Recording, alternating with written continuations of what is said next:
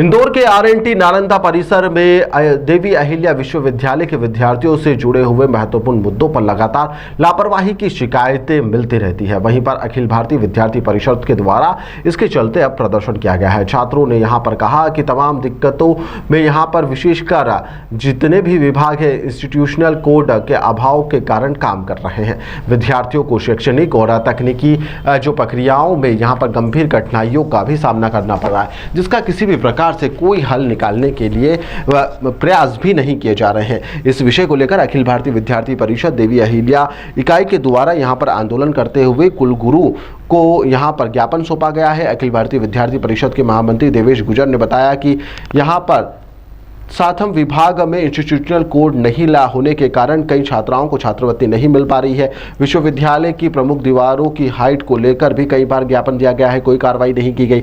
दरअसल दीवार की हाइट छोटी होने की वजह से कई असामाजिक तत्व विद्यालय के अंदर यहाँ पर विश्वविद्यालय के अंदर प्रवेश कर जाते हैं। 2 साल पहले भी यह ज्ञापन दिया गया था और आज तक कोई एक्शन नहीं लिया गया है। या जैसे कि देखने में आ रहा था कि विश्वविद्यालय में कई अनियमितताएं बहुत समय से देखने में आ रही थी।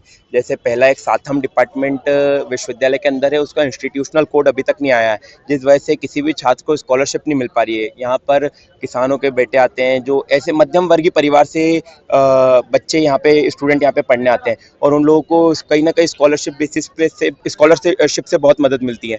तो स्कॉलरशिप नहीं आ रही है। इसके साथ साथ देवी अहिल्या विश्वविद्यालय की जो प्रमुख दीवार है, जो आईसीएच और आईएमएस के सामने वाली दीवार है, आईसीएस से चिपकी हुई जो दीवार है, उसको ऊंची करने को लेकर हम पहले भी 2 बार ज्ञापन दे चुके हैं, पर अभी तक उस पर कोई भी प्रतिक्रिया विश्वविद्यालय की नहीं हुई। अभी वीसी साहब से बात हुई तो उन्होंने बताया उसका टेंडर पास हो गया। साथ में फार्मेसी वाला जो रोड है उसको लेकर भी हमने, फार्मेसी का रोड बहुत खराब है, फार्मेसी स्कूल ऑफ फार्मेसी जाने वाला रोड, उसको लेकर भी ज्ञापन दिया है। साथ ही जो गर्ल्स वॉशरूम है उसमें sanitary vending machine, sanitary disposing machine, उनकी भी हालत खराब है, वो काम नहीं कर रहे। गर्ल्स वॉशरूम के गेट टूटे हुए हैं। तो ये कहीं ना कहीं चिंता का विषय है।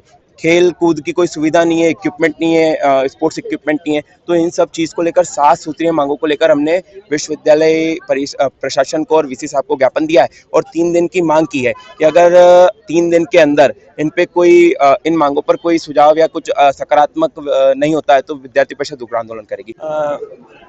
एक्चुअली कुछ मांगे ऐसी हैं जो पहले से चली आ रही हैं और कुछ मांगे इस तरह की हैं, जैसे सातम एक विभाग है हमारे एविएशन का, उसमें इन लोगों को स्कॉलरशिप नहीं मिल पा रही है। तो उसके लिए एक इंस्टीट्यूट कोड और सब्जेक्ट कोड बनाया जाता है, जो भारत शासन की जो स्कॉलरशिप सेक्शन है वो, मध्य प्रदेश शासन का जो स्कॉलरशिप डिपार्टमेंट है वो करते हैं।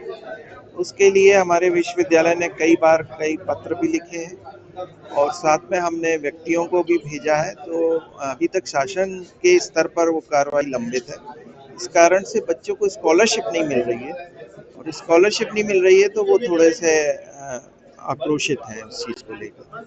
साथ में कुछ कंस्ट्रक्शंस की बात है, जो हमारी रोड जब बनी तो दीवार जो है बाउंड्री वॉल वो नीचे हो गई, तो उसके कंस्ट्रक्शन की बात की उन्होंने। रोडों की बात की, जो आंतरिक रोड हैं उन पे हमारे यहाँ कुछ विभागों की तरफ रात में स्ट्रीट लाइट नहीं रहती है, उसके बारे में उन्होंने बात की।